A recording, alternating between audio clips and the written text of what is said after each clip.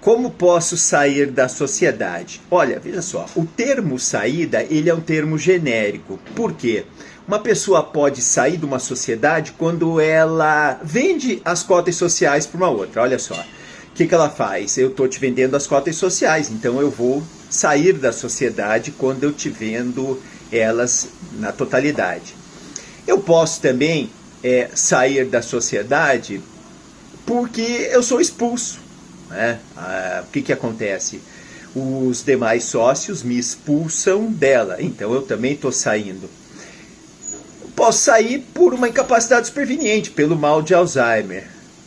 Agora, uma pessoa pode sair porque morreu. Vejam, o termo saída, ele é um termo genérico. Então você tem que identificar quais são as causas dessa saída. O sócio pediu para sair. Olha só, isso é uma retirada. É um ato voluntário, não é? Eu quero sair. É o contrário de uma expulsão. Na expulsão eu quero ficar, mas as pessoas querem que eu saia.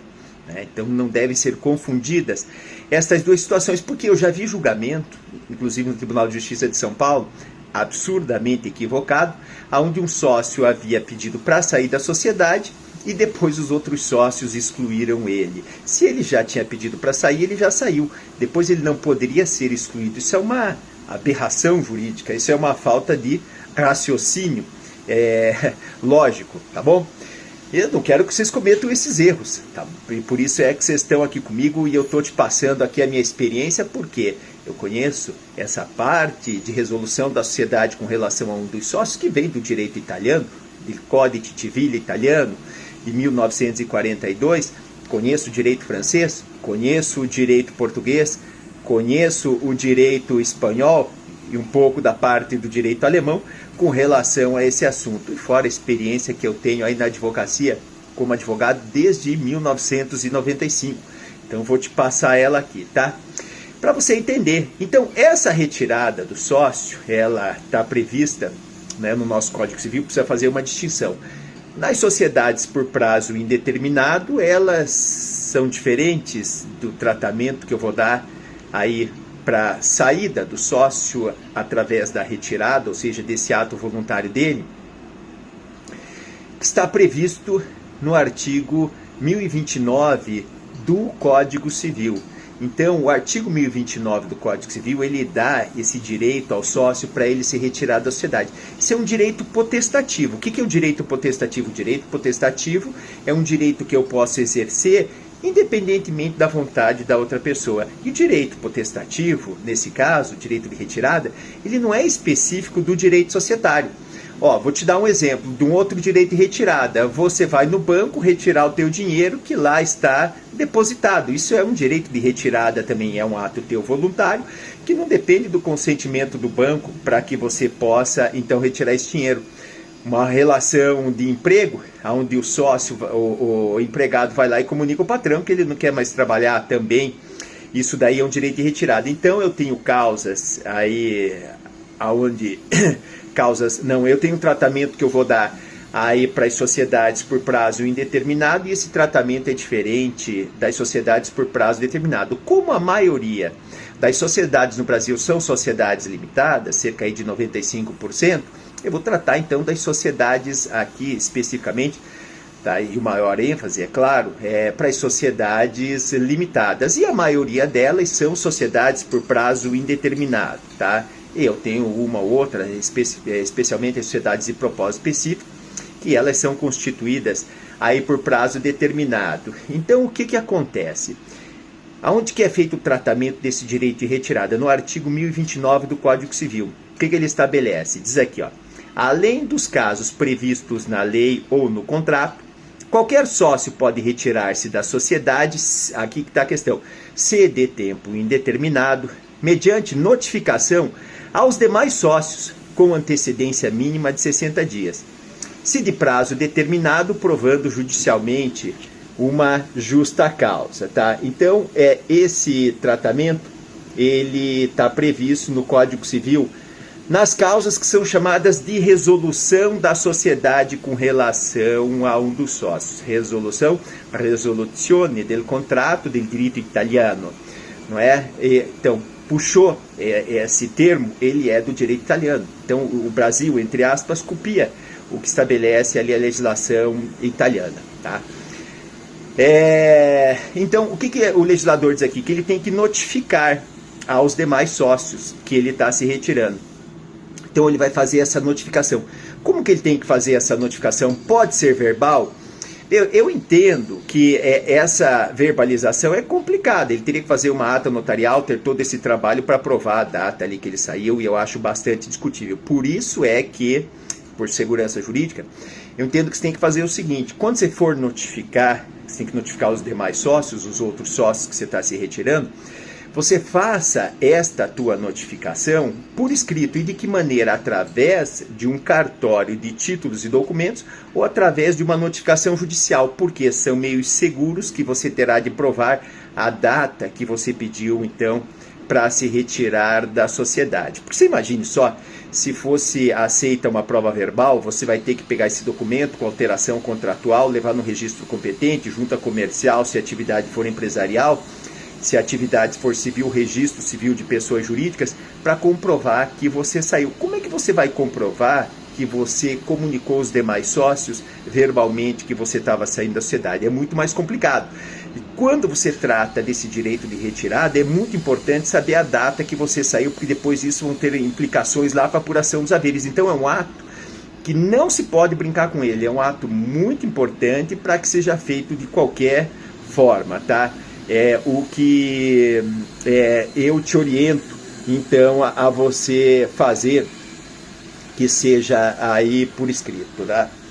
Agora, e se o sócio não fizer essa comunicação e entrar diretamente aí com uma demanda, com uma ação judicial pedindo a sua retirada da sociedade, tá? O que vai acontecer? Eu entendo que a ação, nesse caso, ela tem que ser julgada improcedente pela falta de interesse de agir. O que acontece? Não que ela não vá poder ajuizar uma ação novamente, é que ela não cumpriu os requisitos que estão estabelecidos literalmente na lei. Porque o artigo 1029 é muito claro, ele diz que você tem que notificar os demais sócios que você está se retirando. E se você não notificou, você está violando literalmente o que está literalmente escrito na lei. Então isso é uma violação literal de um dispositivo de lei. Então, é meu entendimento, né? Já vi julgamento contrário, mas lamento, porque é uma violação literal do dispositivo legal, falta de interesse de agir. O juiz tem que extinguir o processo sem julgamento do mérito. Não que a parte não tenha direito de se retirar, mas ela, como não cumprir esses requisitos da lei, ela vai ter que notificar os demais sócios antes para que ela, então, venha entrar com uma nova ação. Mas aí tem problemas jurídicos. Por quê? Porque uma vez sendo julgada improcedente a ação, vai haver honorários ali de sucumbência, em 10% geralmente, sobre o valor atribuído à causa. Vai ter que analisar daí o que estabelece o artigo 85, parágrafo 2º do Código de Processo Civil. Então, é isso que vai acontecer. Por isso que tem que comunicar, tem que notificar os demais sócios que está saindo. Agora, quando você for notificar, você precisa explicar os motivos pelos quais você está saindo da sociedade? Não, você não precisa explicar os motivos. Essa é chamada, como se fosse uma denúncia ad nutum, vazia. Você não precisa colocar ali esses motivos pelos quais você está saindo. Agora, se você quiser colocar, você coloca. O que não pode fazer é o seguinte: você colocar, caluniar, difamar alguém. Por quê? Porque essa pessoa, né, ela vai poder entrar com uma ação, então, aí contra quem foi o causador aí dessa calúnia ou difamação, sob o ponto de vista criminal e sob o ponto de vista moral, pedir indenização por danos morais. E você que é advogado, você tem que tomar muito cuidado, porque para você atribuir uma conduta criminosa para alguém, você tem que ter poderes especiais na procuração. Então, se você não tiver poderes especiais na procuração, vai acabar você, meu colega advogado, minha colega advogada, respondendo aí por essa prática desse crime e, quem sabe, aí até o pagamento de danos morais. Então, te oriento aí que você tenha muito cuidado, né, com relação a isso. Agora, o sócio que está saindo, uma vez eu atuei numa grande causa, uma das maiores causas do Brasil, né, hoje passa o valor de R$1 bilhão, e eu lembro, o contabilista me perguntou assim: Dr. Robson, é preciso que os demais sócios consintam com essa retirada daquele sócio que está pedindo para sair? Não é necessário, né? Como eu disse, é um direito potestativo que ele independe da vontade dos outros sócios. Então ele pode sair aí sem essa manifestação dos outros. Não precisa, então, da autorização, basta a vontade dele, tá? E por quê? Porque esse sócio, se ele não pudesse sair, ele seria uma espécie de um prisioneiro da sociedade, onde ele ficaria lá, nunca poderia sair dela. E a Constituição, ela diz no artigo 5º, inciso 20, que ninguém daqui poderá ser compelido a associar-se, ou que se aplica aqui nesse caso, permanecer associado. Então, com base nesse artigo, é que o nosso direito permite, então, com que o sócio ele se retire da sociedade, tá? Isso que eu falei para você, veja, nas sociedades por prazo determinado, então você não precisa colocar a justa causa que você está saindo dela. Agora, quando a sociedade ela for por prazo determinado, isso está estabelecido no contrato social, se ela é por prazo determinado ou indeterminado, daí a situação muda, porque daí diz o final do artigo 1029 do Código Civil que o sócio tem que ter uma justa causa aí para ele sair dessa sociedade. E essa justa causa ela terá que ser comprovada então judicialmente, ou seja, segundo o entendimento aqui da legislação, né, nem que tivesse escrito no contrato social, o que eu discordo, que deveria estar escrito no contrato social quais são as justas causas, para daí autorizar a saída do sócio. O que acontece? Então ele diz aqui que não precisa nem estar previsto a justa causa, mas acontecendo uma justa causa na sociedade por prazo determinado, então o sócio poderá se retirar, mas ele terá que comprovar essa justa causa judicialmente. O que seria uma justa causa? O outro sócio está desviando o patrimônio da empresa. Isso seria uma justa causa, então, para ele sair nessa sociedade por prazo determinado, tá?